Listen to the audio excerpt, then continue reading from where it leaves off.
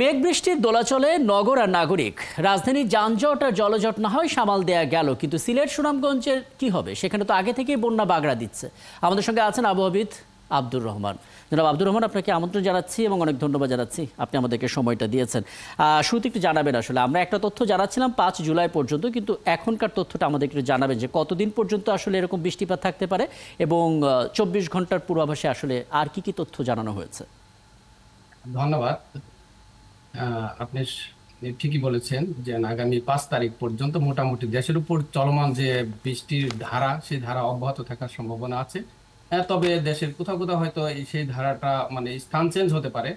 যেমন আগামীকাল হয়তো মধ্য অঞ্চলে বৃষ্টির পরিমাণ একটু কম হতে পারে, তবে উত্তরাঞ্চল বিশেষ করে রংপুর, ময়মনসিংহ এবং সিলেট বিভাগ, সেই সাথে যে উপকূলীয় বিভাগগুলো আছে বরিশাল, খুলনা এবং চট্টগ্রাম, এইসব অঞ্চলে কিন্তু বৃষ্টির বর্তমান যে ধারায় চলছে সেই ধারায় চলার সম্ভাবনা আছে। আমরা সেই অনুযায়ী কিন্তু 5 দিনের জন্য 72 ঘন্টার জন্য একটি আমরা ভারী বৃষ্টির একটা পূর্বাভাস আমরা জারি করেছি গতকাল থেকে।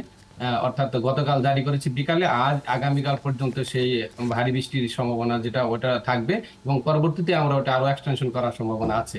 আর আমরা গত 24 ঘন্টায় যে বৃষ্টিপাত রেকর্ড করেছিলাম 108 মিলিমিটার বৃষ্টিপাত বান্দরবনে আমরা রেকর্ড করেছি, এবং আজ সকাল থেকে অর্থাৎ সকাল 6টা থেকে বিকাল 3টা পর্যন্ত যে আমরা বৃষ্টিপাত রেকর্ড করেছি, সেখানে দেখা যাচ্ছে অর্থাৎ দুপুর 12টার মধ্যে অলরেডি আমাদের যে ফেনী অঞ্চল অর্থাৎ চট্টগ্রাম বিভাগের ওইখানে 102 মিলিমিটার বৃষ্টিপাত রেকর্ড করা হয়েছে, এবং চট্টগ্রামের যে আমাদের আমবাগানের বৃষ্টিপাত রেকর্ড করার যন্ত্র আছে ওইখানে আমরা 55 মিলিমিটার বৃষ্টিপাত রেকর্ড করেছি 6 ঘন্টার মধ্যে। এবং সিলেটে আমাদের বৃষ্টির পরিমাণ গত 2 দিন কিন্তু একটু তুলনামূলকভাবে কম ছিল, কিন্তু আজ থেকে কিন্তু আবার বৃষ্টির পরিমাণ আবার বেড়ে গিয়েছে। সেই হিসেবে সিলেট বিভাগ এবং ময়মনসিংহ বিভাগে কিন্তু বৃষ্টির পরিমাণ আবার ক্রমান্বয়ে বৃদ্ধি হচ্ছে। এবং আমরা যে বর্তমান যেহেতু মৌসুমী বায়ু সক্রিয় রয়েছে বাংলাদেশের উপর, এই ধারাটা আগামী 4 তারিখ বা 5 তারিখ পর্যন্ত অব্যাহত থাকবে এবং দেশের কোথাও কোথাও বিক্ষিপ্তভাবে হলো ভারী বৃষ্টিপাতের সম্ভাবনা আছে। সেই জন্য আমরা কিন্তু 72 ঘন্টার একটি পূর্বাভাস জারি করেছি। সেই বৃষ্টিপাত যেহেতু কন্টিনিউয়াসলি চলছে, অবিরাম বৃষ্টিপাত চলছে, এবং কখনো কখনো থেমে থেমে বৃষ্টিপাত হচ্ছে, বিশেষ করে চট্টগ্রাম এবং সিলেটের যে পাহাড়ি অঞ্চলগুলো আছে সেসব অঞ্চলে কিন্তু বৃষ্টির পরিমাণ তুলনামূলকভাবে অন্যান্য অঞ্চলের চেয়ে বেশি হচ্ছে। বিদায় এইসব অঞ্চলে মাটি কিন্তু অনেকটা নরম হয়ে গিয়েছে, বিদায় এইসব অঞ্চলে কিন্তু পাহাড় ধসের একটা সম্ভাবনা আছে। সেই জন্য আমরা কিন্তু ভারী বৃষ্টির সাথে পাহাড় ধসের একটি আহ বা অথবা ভূমিধসের যে আহ, সতর্কবাণী, সেই সতর্কবাণী আমরা ইস্যু করেছি।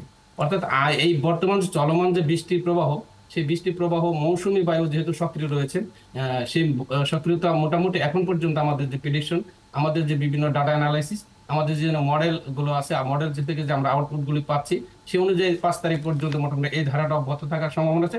এর পরবর্তীতে হয়তো মৌসুমী বায়ু কিছুটা দুর্বল হওয়ার সম্ভাবনা আছে এবং বৃষ্টির প্রবণতা কিছুটা কমে যাবে, তবে একেবারেই শেষ হয়ে যাওয়ার সম্ভাবনা নয়, যেহেতু মৌসুমী বায়ু জুলাই মাসে বাংলাদেশের সবচাইতে বেশি বৃষ্টিপাত রেকর্ড করা হয়ে থাকে। এবং আর এখন যেহেতু নিউ লানিনো যে কন্ডিশন, সেই লানিনা কন্ডিশনটা কিন্তু বাংলাদেশের উপর এখন নিউট্রাল অবস্থা আছে, এবং পরবর্তী সময় কিন্তু লানিনা কন্ডিশনের অবস্থা বৃদ্ধি পেতে থাকবে। অর্থাৎ এল নিনো থেকে লানিনা কন্ডিশনের দিকে চলে যাচ্ছে, এবং মৌসুমী বায়ুর প্রভাবে এবং লানিনার প্রভাবে আমাদের দেশে বৃষ্টিপাতের প্রবণতা আরো বৃদ্ধি পাওয়ার সম্ভাবনা আছে।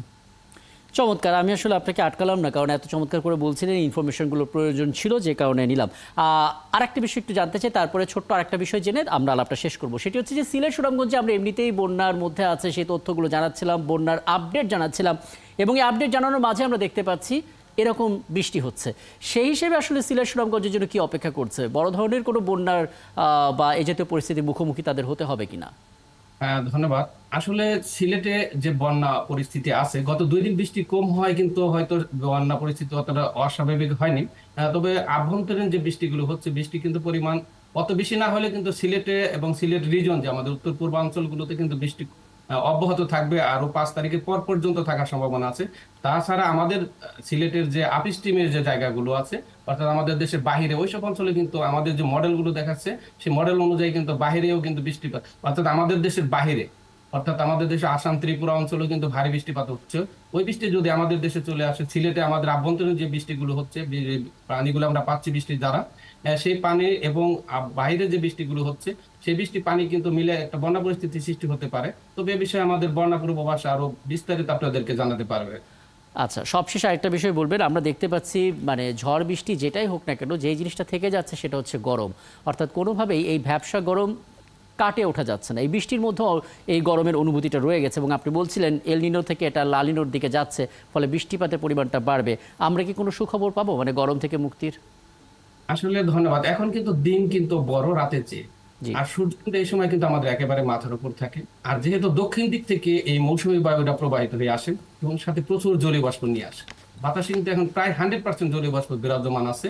এবং এই জলীয় বাষ্প যখন বাতাসে থাকে, সূর্য যখন কিরণ দেয়, সেই কিরণ কিন্তু জলীয় বাষ্প তাকে ধারণ করে রেখে দেয় এবং জলীয় বাষ্প কণাগুলো কিন্তু গরম থাকে। যেহেতু বৃষ্টি আমাদের কিন্তু অবিরাম ভাবে চলছে না, মাঝে মাঝে গ্যাপ দিচ্ছে, অর্থাৎ 2 ঘন্টা বৃষ্টি গ্যাপ দিয়ে আবার বৃষ্টি হচ্ছে, আবার 2 ঘন্টা গ্যাপ দিয়ে আবার বৃষ্টি হচ্ছে, তখন এই যে জলীয় কণাগুলো রয়ে গেছে বাতাসের ভিতরে, সেই জলীয় কণাগুলো কিন্তু অত্যন্ত উত্তপ্ত থাকে। বিদায় কিন্তু আমাদের ভিতরে, আমাদের যে গায়ে যে জলীয় কণাগুলো লাগে, এখান থেকে কিন্তু আমাদের গায়ে এক ধরনের ঘাম সৃষ্টি হয়। সেই ঘাম থেকেই কিন্তু আমাদের অস্বস্তিকর পরিস্থিতি সৃষ্টি হচ্ছে। আমাদের দেশের তাপমাত্রা যেন খুব একটা বেশি তা না। আসলে তাপমাত্রা এখন দেখা যাচ্ছে আমাদের দেশে 30, 31, 32 ডিগ্রি সেলসিয়াসের মধ্যে বিরাজমান আছে, কিন্তু আমাদের আসলে জলীয় বাষ্পের আধিক্যতার জন্য এই ধরনের গরম পরিস্থিতি সৃষ্টি হচ্ছে। আর যদি বেশি যেসব অঞ্চলে বৃষ্টিপাত হবে, মুষলধারে বৃষ্টিপাত হবে, 2 ঘন্টা বা 3 ঘন্টা বৃষ্টিপাত হবে, তখন ওইসব অঞ্চলের জন্য, ক্ষণিকের জন্য হলেও ওইসব অঞ্চলে কিন্তু গরমের যে তীব্রতা অথবা মানুষের যে ভিতরে অস্বস্তিকর যে পরিস্থিতি, সেই পরিস্থিতি থেকে মানুষ মুক্ত পাবে। আদারওয়াইজ যখন বৃষ্টি থাকবে না, তখন কিন্তু গরম অনুভব করতে থাকবে, মানুষ অস্বস্তিকর পরিস্থিতির মধ্যে থাকবে। আপনাকে অনেক ধন্যবাদ, এই চমৎকার বেশ কিছু তথ্য আমাদেরকে আপনি দিলেন। আমাদের সঙ্গে ছিলেন আবহাওয়াবিদ জনাব আব্দুর রহমান, এবং যেই পরিস্থিতি চলছে আসলে বৈরী আবহাওয়া, সেগুলো কতদিন থাকবে এগুলো আসলে জানার চেষ্টা করছিলাম।